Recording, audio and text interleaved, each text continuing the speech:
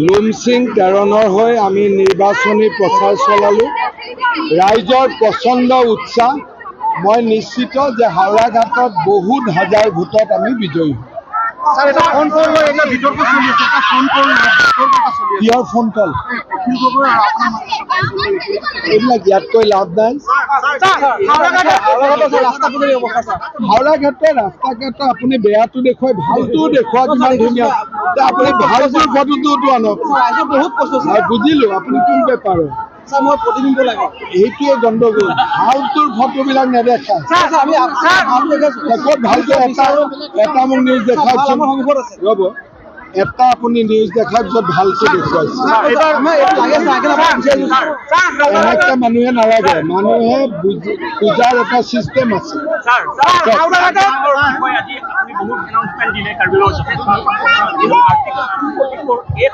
আমিতো ছাপোৰ্টতে আছো। আমিও 244 ছাপোৰ্টতে আছো। ইমপ্লিমেণ্টটো দিল্লীৰ পৰা হ'ব, আলোচনা চলি আছে ন। হাওৰাঘাটত এখনো সায়েন্স কলেজ আৰু কমাৰ্চ কলেজ নাই হাওৰাঘাটত। চাই দিম মই। ছাৰ কালি গৃহমন্ত্ৰী ছাৰে কৈছিলে 90খন বিজয়ী হ'ব। আপুনি ছাৰ কিহৰ ওপৰত? গৃহমন্ত্ৰী কালি 90খন মইতো ভাবো যে এইবাৰ অভিলেখ ভোটত জিকিব। 90টো প্লাছ হ'বই। বিজেপিয়ে বহুত ভাল ৰিজাল্ট কৰিব এইবাৰ। আমি আগতে ভাবিব নোৱাৰা ৰিজাল্ট কৰিব।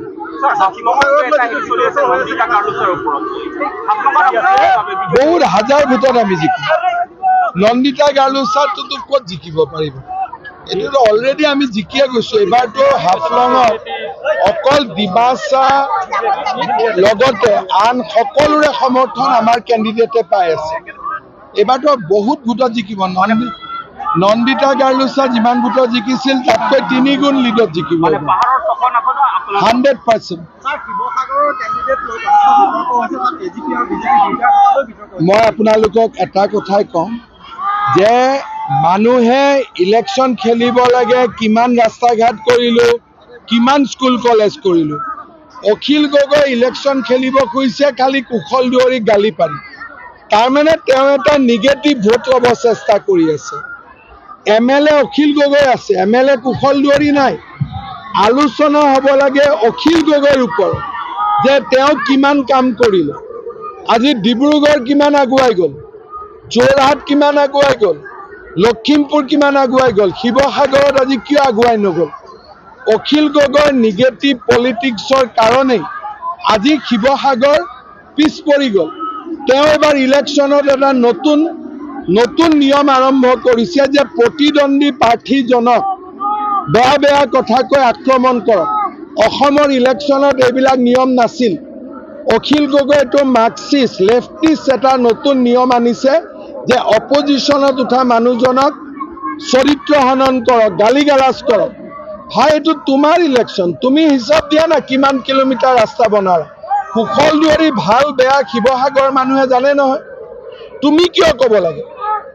শিৱসাগৰৰ মানুহে কুশল দুৱাৰীৰ পৰীক্ষা পাতা নাই নহয়। শিৱসাগৰৰ মানুহে হিচাপ খুজি আছে অখিল গগৈৰ পৰা। অখিল গগৈ আকৌ বলটো পোনাই লৈ গৈছে নহয় কুশল দুৱাৰীয়ে হিচাপ দিয়ে। কুশল দুৱাৰী MLA নেকি? এইবিলাক কথাটো অখিল গগৈয়ে ভাবে যে তেওঁ এনেকুৱা ধৰণে ৰাজনীতি কৰি চলি থাকিব পাৰিব। শিৱসাগৰখন খতম কৰি দিলে। একো নাই, ডিফু আৰু শিৱসাগৰ তুলনা কৰক, ডিফু 1000 টাইম ওপৰত আছে।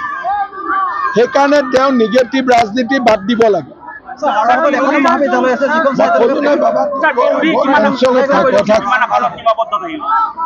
বিজেপি কংগ্ৰেছে 15-16খন চিট পাব।